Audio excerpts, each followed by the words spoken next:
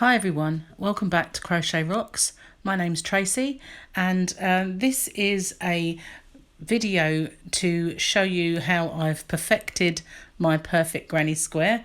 I call it the perfect granny square because in my previous videos I've shown you how to do this absolutely seamless granny square, and although it was good, it's now even better. So I'm going to show you how to do this, and I'm going to call this one Moody Blue because it's all blues apart from this one little bluey grey.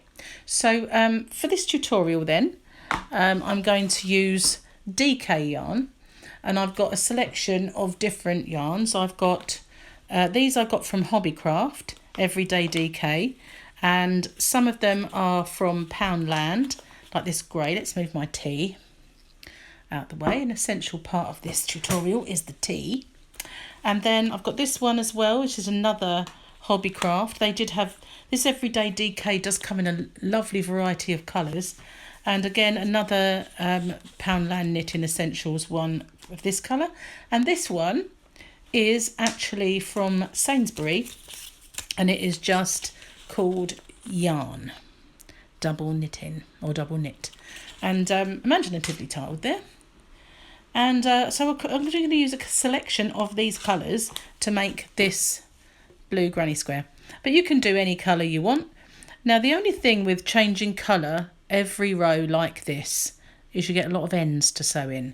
So if you don't mind sewing in the ends, then you can do this. Or if not, it's quite, nice just to do a couple of rows in each colour. I normally have white in it somewhere along the line, but I didn't with this one because I wanted it to be a little bit more of a moody kind of colour. And so what I'm going to do is I'm going to use these to make a tablet case. I have a tablet that doesn't have a case. It didn't even come with a sleeve or anything. And it's just one that came with one of my phones once. I never got rid of it. So I thought I would make a little sleeve just to put it in. So that's what I'm going to do with these once I've done. So I'm just going to get ready. So I'm going to pop this on to pause for a second while I get my bits and pieces together. Okay, so I've got my first colour. I've also got a 4.5mm crochet hook, pair of scissors, and you'll also need a darning needle, which is in my box. So this particular DK isn't the thinnest. It's not massively thick, so 4.5 is just right. This is the result that I got. It's got a nice drape to it. So I'm just going to get some yarn out. So the first thing we do is make a slip knot. I'm going to zoom in a bit, and hopefully I won't go off the camera because when it's only a small area it's easy to do. So I'm going to make a slip knot. You can do that however you want. I'm just going to pop my glasses on. I've got them. Okay, so to do this now I'm going to aim this towards beginners, so just bear with me if you know what you're doing already. I'm just going to do 4 chain, and to do that we yarn over and pull it through, yarn over, pull it through, yarn over. It's hard to do this with the camera in the way. Pull it through, yarn over and pull it through. So we now have 4. And we're going to slip stitch into that very first chain. So we're going to insert the hook into that first chain, yarn over and pull it through both loops, and we have this little biddy ring. So I'm going to work over this tail, so I'm going to hold it with my ring, and I'm going to chain 2. Now some tutorials will tell you to chain 3, but I always find 3 causes a bulge and it's too much for the length of my stitches. Now this stitch is a treble crochet in the UK or a double crochet in the US. So just remember, I'm going to call it a treble crochet. All of you in the US, it's your double crochet. So we yarn over, go into the center of the ring, the hole there, and yarn over and pull up a loop. So we've got 3 on our hook. We're going to yarn over and pull through 2 of those, yarn over and pull through 2. We're going to repeat that, yarn over into the center of that hole, yarn over and pull up a loop, yarn over, pull through 2, yarn over and pull through 2. So now with our 2 chain at the beginning, we have what looks like 3 treble crochet. Remember, that's a double crochet to the US. So we're going to chain 1 to create a space, and we're creating this space here. So now I'm going to do 3 more. So it's yarn over into the center, yarn over and pull up a loop, yarn over, pull through 2, yarn over, pull through 2. So we're just going to do another 2 so that we've got 3 exactly the same. So I'm pulled out. Hang on a moment. It's because of the camera being in the middle of us. There you are. So we've got another 3. We're going to do another chain to make another space, and we're going to do another 3. We want a total of 4 of these clusters of 3. So this is just the basic granny square, and I like to sort of do variations upon it, but this one is just the original basic granny square with slight difference, but you can do so much and so many things with this. So now we have our 4 lots, and we need to make this gap. And if we did a chain and then went into this top of our starting chains, the 2 that are here, we would finish here. So we wouldn't be at a gap. So in the past, I may have told you to do a treble crochet in there, which is a double in the US. But now I find it far better to go and do a half treble. I've tried everything. I've done a chain and a double crochet in the UK, which is a single. And although that works, it does get you in the center. When you join, it makes a little bit of the colour sticks out through here, and I don't like it. So that was one way I tried to perfect it. And so I've decided that the best way I've found is to do a half treble crochet, which is a half double crochet in the US. So we yarn over, and there are our 2 chain, which are our first stitch. We go into the top one, yarn over and pull up a loop. So we have 3 on our hook. We yarn over and pull through all 3. And so that gives us a gap that is the same distance as all of these. It's not bigger by doing another treble crochet, and so therefore it finishes there. So that's how we're going to end our corners, except with one difference. We're going to do it that way, but we're going to yarn over, insert into that stitch and pull up our loop, and leave those on our hook for now. And we're going to cut off this yarn. So the next colour was this one. So I'm going to grab this colour and pull out some yarn. Try not to tangle them up because I haven't picked that one up. So pull out some yarn, and we're going to attach it. And we're going to attach it by pulling this yarn through those 3 loops like this. So now we have a seamless join of colour. So just to stop that from going anywhere, I'm going to give it a little knot at the back just so that it stays snug and doesn't undo. Don't pull it tight, we distort your stitch. So now we're going to do another chain. So we've got our 2 chain, and we're going to do 2 more. What am I talking about? We've got, this counts as our first stitch. We're going to do 2 more in this hole that we're in. So in effect, we have done half of our corner, because this is going to be a corner. What we're doing in this round is making the 4 corners to turn this into a proper square. So this is 1/2 of that corner. So this is this half. We're going to go all the way around, and we'll finish off by making this half. It will make sense when we get there. So that's my 3, my 2 chain and my 2 stitches. And now in this one, I'm going to do a complete corner. So I'm just going to hide those tails down there so they don't confuse. So it's yarn over into the next one, yarn over and pull through 2, pull through 2, exactly as we've done before. So I'm going to do my 3, my cluster of 3, just as we have done, but now I'm going to do 1 chain and do another 3 in that same space, and that is how we make the corner. And if I'm going too fast for you, then just pause the video and catch up with me. So now you can see we've got half of a corner and a full corner, and we're going to carry on around this little square doing corners for this round, because we are making our next row's first side. So if you like, this is our corner and this will be a side, and that's when things get a little bit different. But for now, every hole on this row is a corner. So that's my third, and you can see now we have 2 corners. I'm going to do another one in here.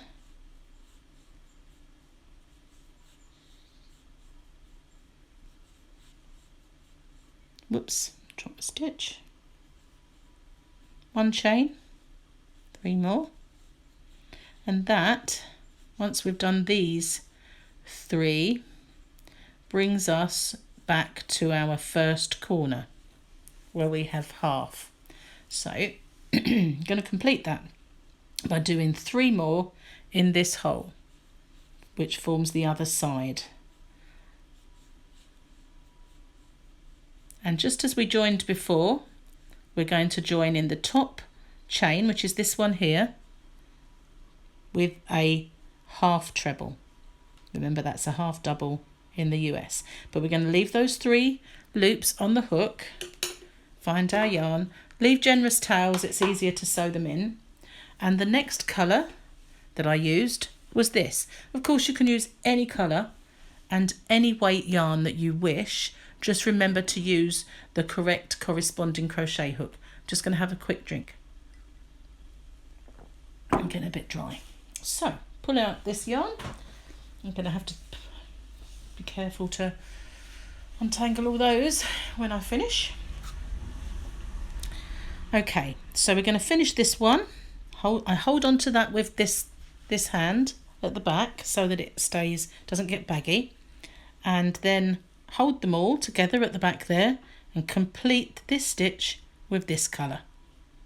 Again, I turn it over and I just secure it with a light little knot so that it doesn't distort the stitches. Just a one little knot there. Don't pull it tight. You can sort those ends out afterwards. So I'm going to do 2 chain in this new colour, and now this is my new corner, so I'm going to do 2 more treble crochets in there. And now we have a side, and you can see that we have a side and then a corner. So we're making this row here. So now in between our corners we have this one side.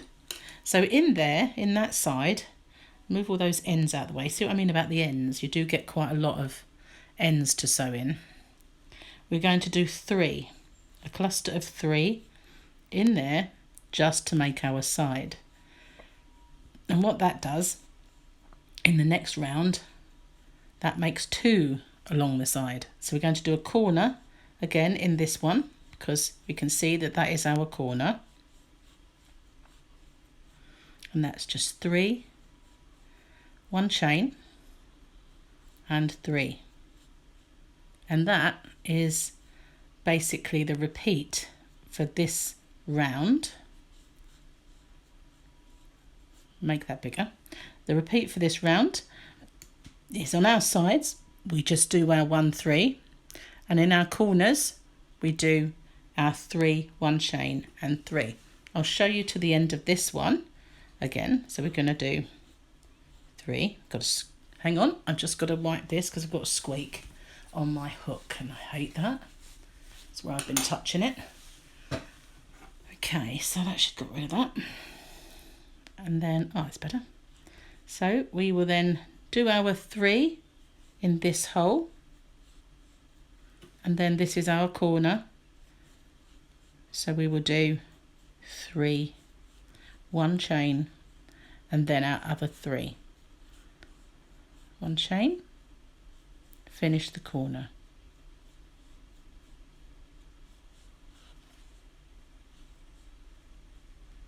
See, there's one more. And that's how it's looking. It's now turning it into more of a square. So obviously in the next round, where we've got the one side, the next round, which is this one here, this grey one, we will have our corners and 2 sides, and that's how it grows. It will grow by 1 in each round per side. So I'm going to pause the video and just carry on in our sides doing 3, in our corners doing our 1 chain and 3, and I will meet up with you when we get back to this point and just show you again how to do the corner. Okay, so I am back to this corner, and so I've finished my side. I'm going to just finish off my little corner here by making that 3.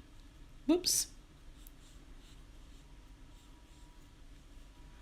3 in that corner, and then I'm going to go into this one here, the top of our 2 chain, which is there, and leave my 3 on the hook, snip off this yarn, and now I'm going to be doing the grey road. Of course you can be doing this in any colour you like, but I just want to make them match because I will turn this into a case, as I said before. So just hold on to that so it stays nice and tight, and then pull through the new colour. And now I will secure it with a little chain. So just make that one little knot, and as you can see there's all this spaghetti at the back to sort out. Don't pull it too tight, that's the golden rule, and then it doesn't distort your stitches. So now I'm going to do one, oh, actually it's made my chain very short. See what I mean? If you pull it even remotely tight, that's why I think it's always best to do the chain after you've done the knot. So it's 1, 2. Now we're going to do exactly the same thing. Finish off this corner with our 2 stitches. And now, as you can see, we've got 2 along the side to do our 3 in, and before we get to the next corner. So it's exactly the same as before. 3 in our sides,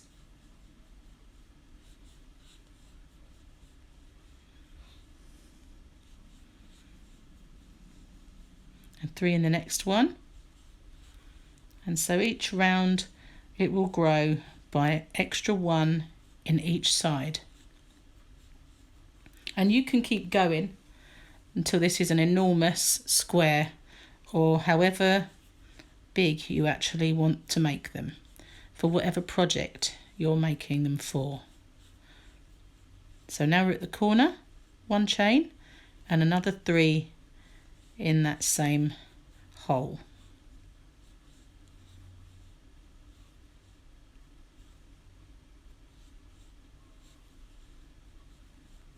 And that's how we're going to repeat.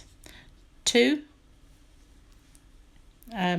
sides, so that's 3 in this one, 3 in this one, and then in the 3 in this one, 3 in this one, I forgot I'd zoomed, and then 3, 1 chain, 3 in that corner.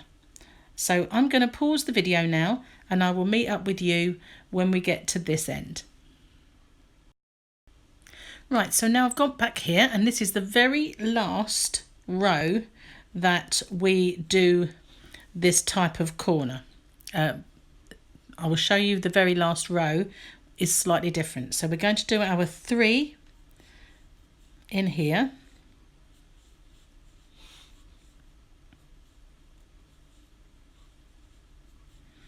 and we're going to do our corner exactly the same as we have done before.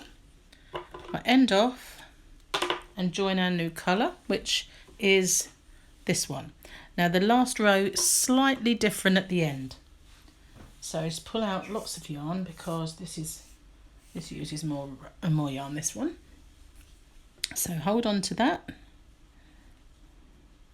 and then pull through with our new colour, turn over and just tie that loosely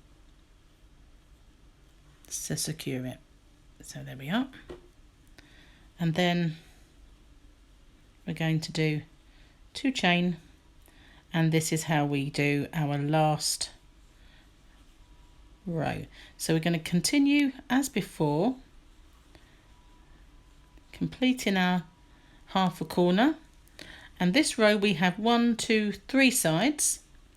Again, it's gone up by 1, so we're going to do the 1,